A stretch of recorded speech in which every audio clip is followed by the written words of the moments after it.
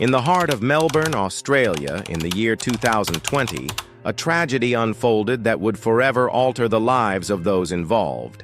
Celeste Manno, a vibrant 23-year-old woman full of kindness and joy, became the victim of a relentless obsession that ultimately led to her untimely death. She lived with her mother and younger brother and also had an older half-brother. Those who knew Celeste described her as a beacon of love, a radiant spirit who touched the lives of everyone she encountered. Her mother remembers her as a beautiful and kind soul, a light in the world. It was this very beauty and kindness that tragically caught the attention of a predator, a man who would become her stalker and ultimately her murderer. Celeste dedicated 2.5 years of her life working at a call center in Melbourne.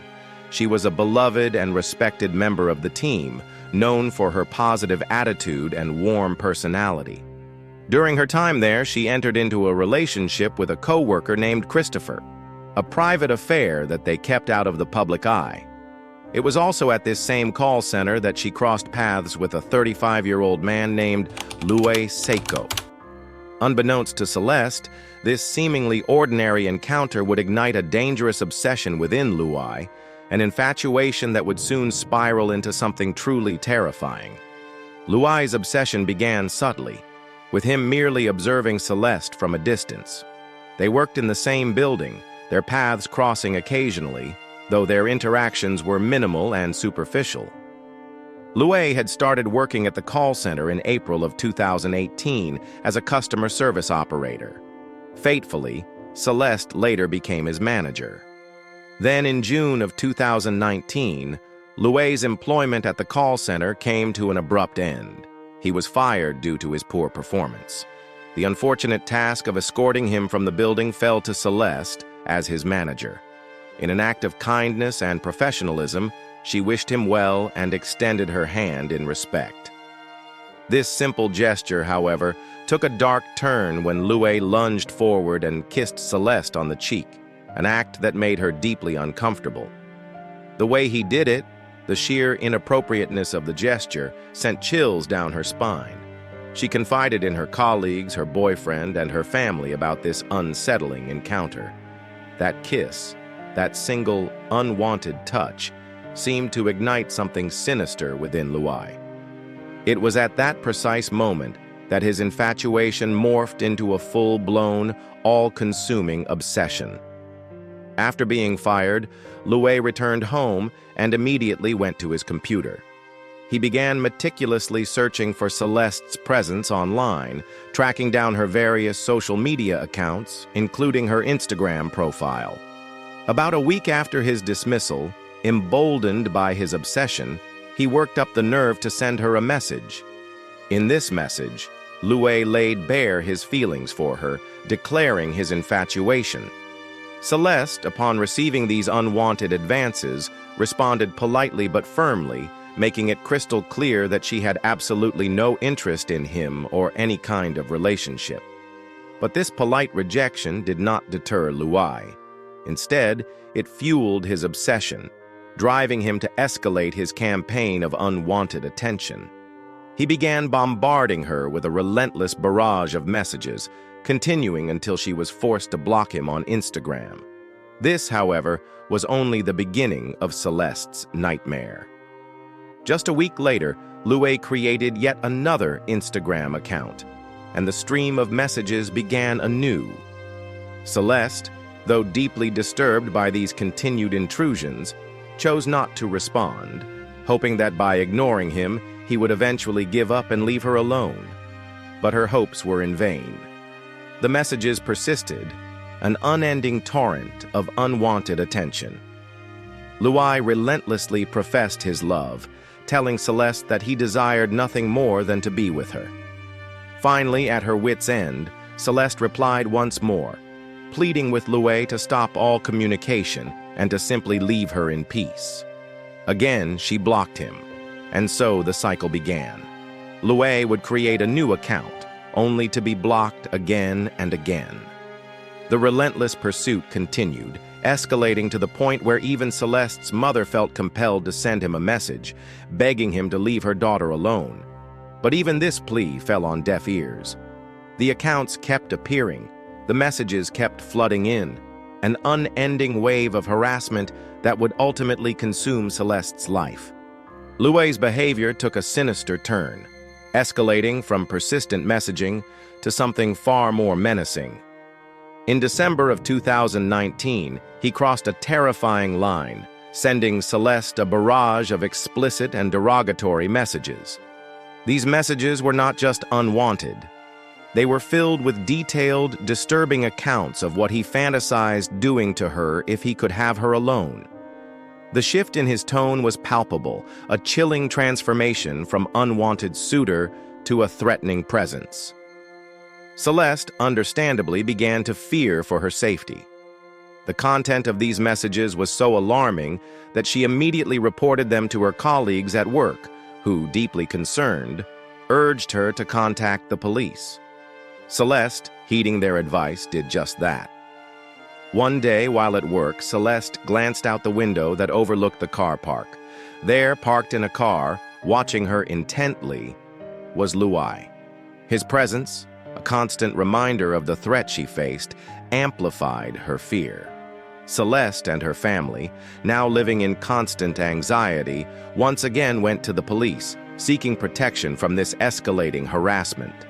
Tragically, despite their repeated pleas for help, little to no action was taken.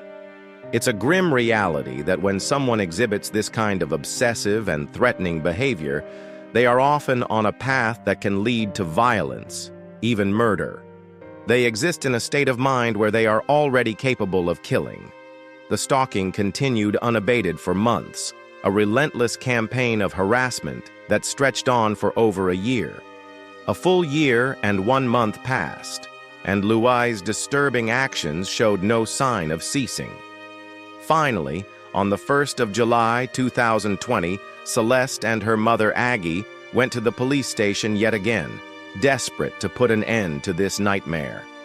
This time, Celeste brought with her all the evidence of Luay's harassment, the countless messages that documented his obsession and threats. Finally, their persistence paid off. A police officer took their concerns seriously, and 2 days later, the courts issued a Personal Safety Intervention Order, PSIO, against Luay. This order, a legal instrument designed to protect Celeste, was served upon him.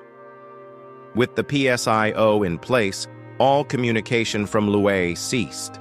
For the first time in a long time, Celeste felt a sense of relief, a glimmer of hope that this ordeal might finally be over.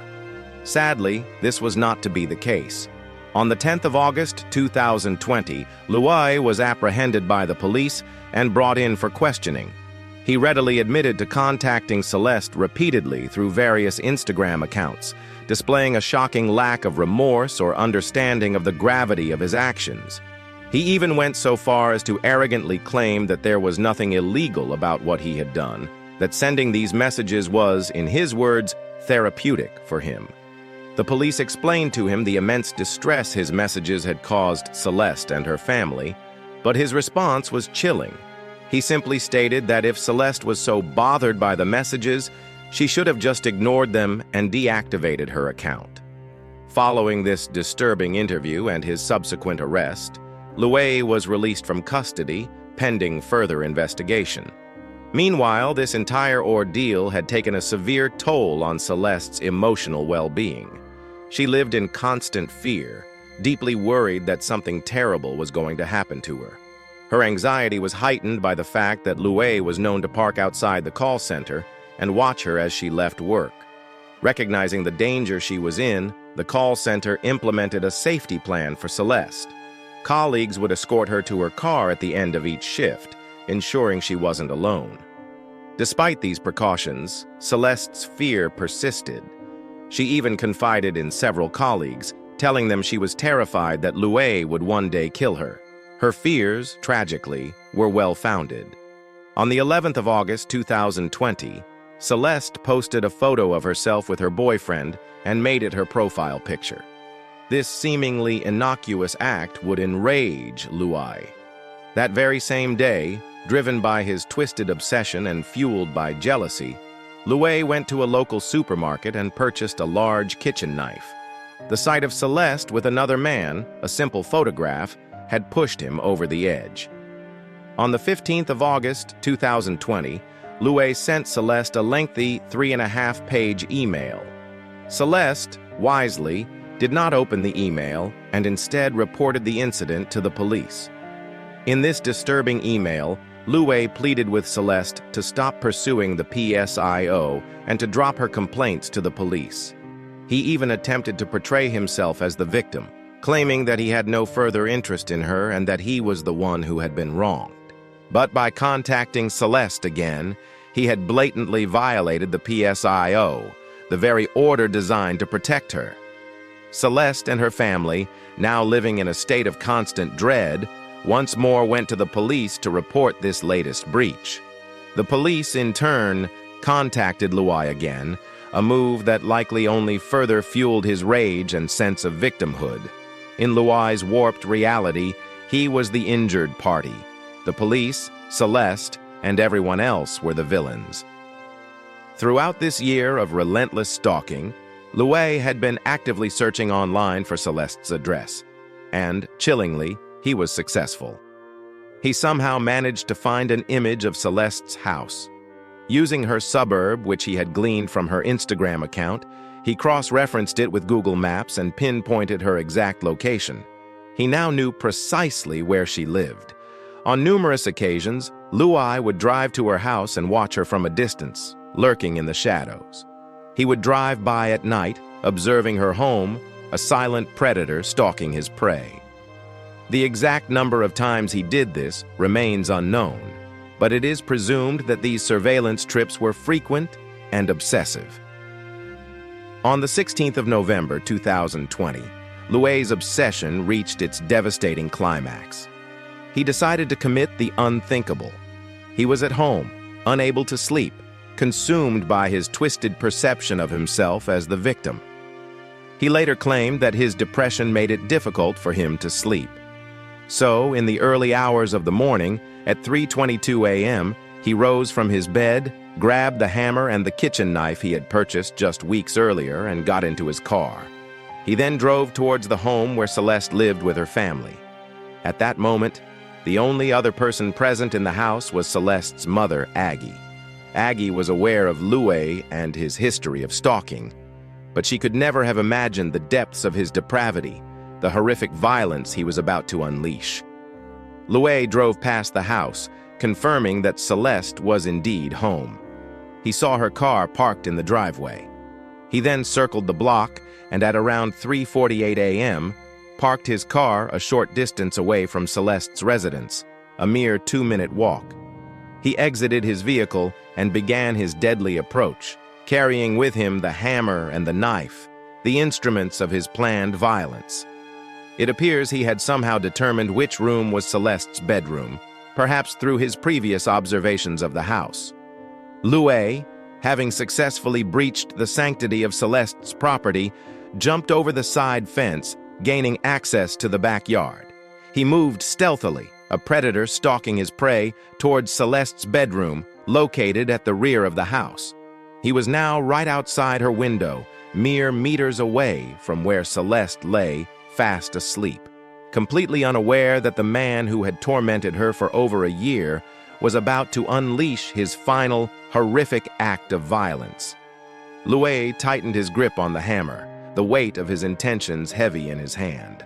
With a single forceful swing, he shattered the window, the sound of breaking glass slicing through the quiet night. He then climbed through the jagged opening, shards of glass tearing into his skin as he forced his way inside.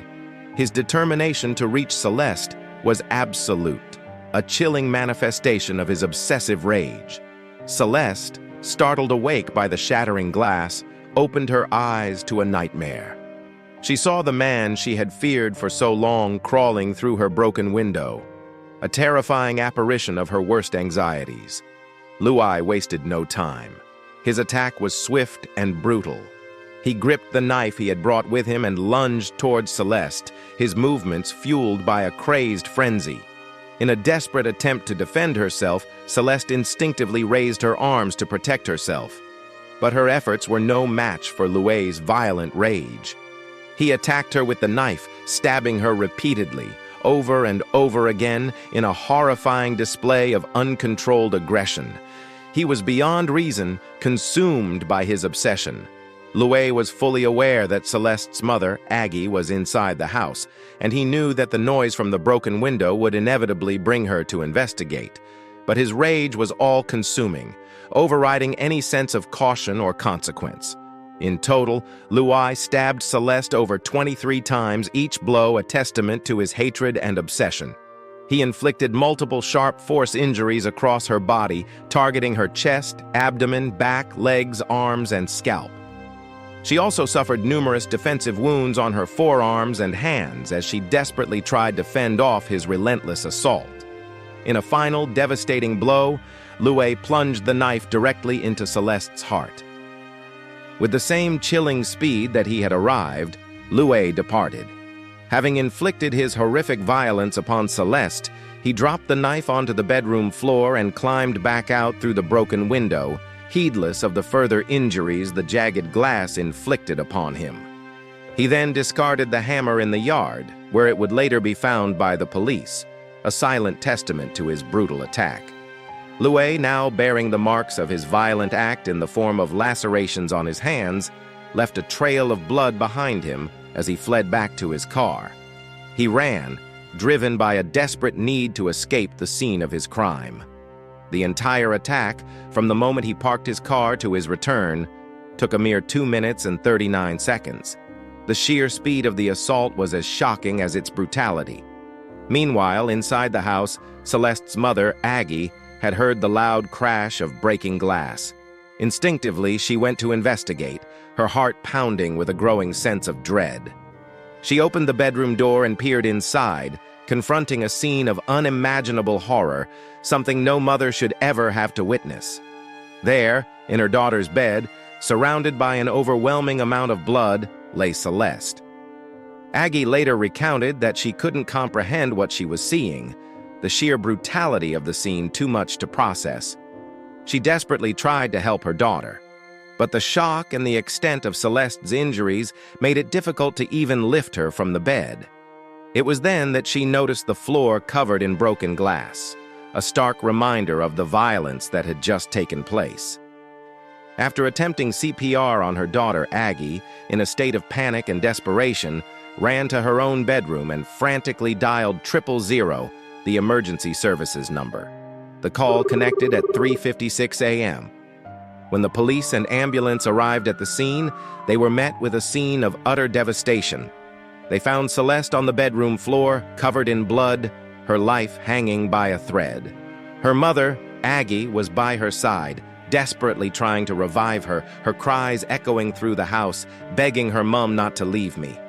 The paramedics worked feverishly, doing everything in their power to save Celeste's life, but her injuries were simply too severe. Despite their best efforts, Celeste succumbed to her wounds and was pronounced dead only moments later. While the emergency services were desperately trying to save Celeste's life, Luay was driving erratically, his mind reeling from the violence he had just committed. His destination was the police station.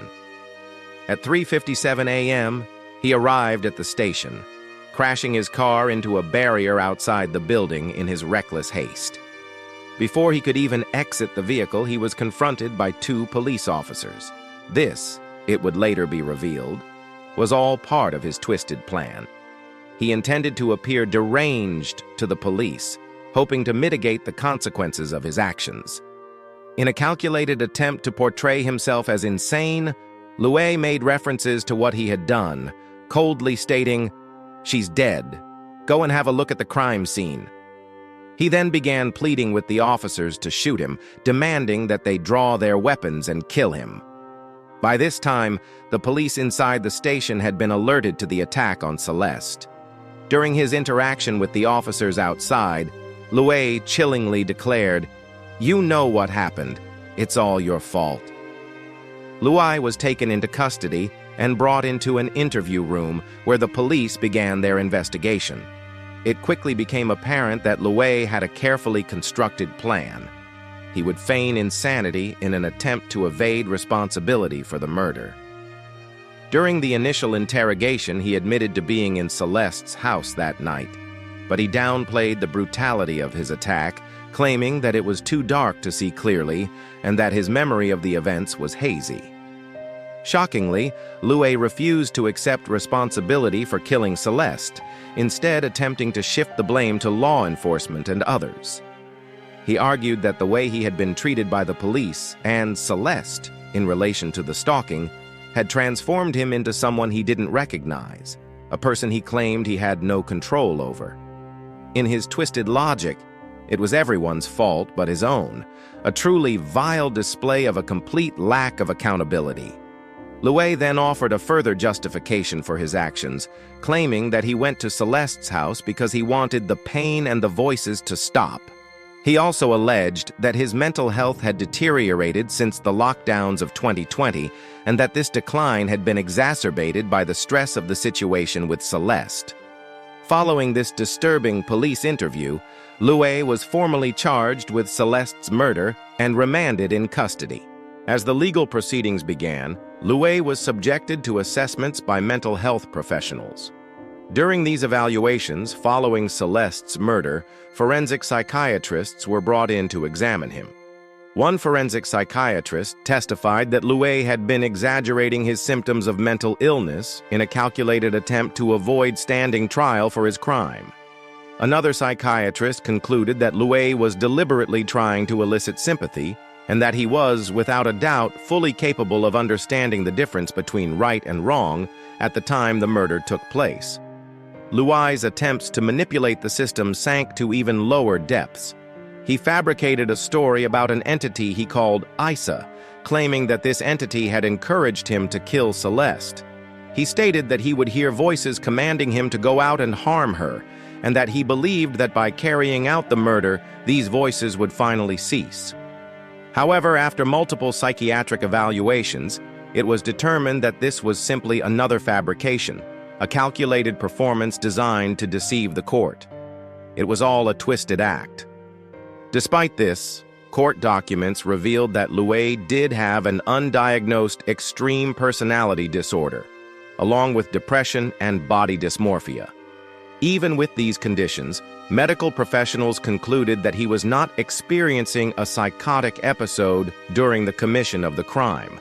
One doctor even noted that Loué's risk of reoffending was exceptionally high, and that if he were ever released from prison, he would likely stalk other women. His personality disorder was subsequently classified as extremely severe, highly unusual, and even atypical among those who commit serious violent offenses. Loué's initial response to the charges against him was to plead not guilty to the murder of Celeste. This denial of responsibility, this refusal to acknowledge the horrific act he had committed, caused further anguish and distress to Celeste's already devastated family. They were forced to endure the agonizing wait for justice, the uncertainty of a trial, while Loué continued to deny his culpability. In January of 2024, the trial finally commenced. Forensic psychiatrists took the stand, their expert testimony painting a damning portrait of Loué's mental state and his capacity for calculated violence. A psychologist offered insights into Loué's background, revealing a troubled and unstable childhood marked by trauma and frequent bullying. It was revealed that Loué had never been able to form or maintain any intimate relationships throughout his life, and he struggled to establish even basic friendships and social connections.